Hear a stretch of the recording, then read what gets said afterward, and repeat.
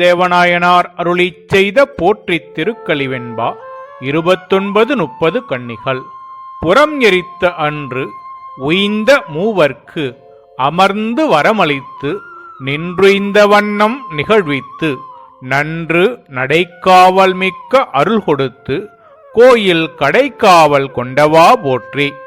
இதன் பொருள், திரிபுரத்தை எரித்த பொழுது அவற்றுள் இருந்த திரிபுராந்தகராகிய தாரகாட்சன், கமலாட்சன், வித்யுன்மாலி ஆகிய மூவரும் மற்றையோரும் அழிந்தொழிந்தனர். சிவபக்தியினின்று மாறாது உறைந்து நின்ற சுதன்மன், சுசீலன், சுபுத்தி என்னும் மூவரும் திருவருளால் உய்தி பெற்றனர். உய்தி பெற்ற மூவரில் இருவர் கோயில் வாயில் காவலாராகும் வரத்தையும் ஒருவன் முழவு வாசிக்கும் வரத்தையும் அளித்த இறைவா போற்றி என்கின்றார்.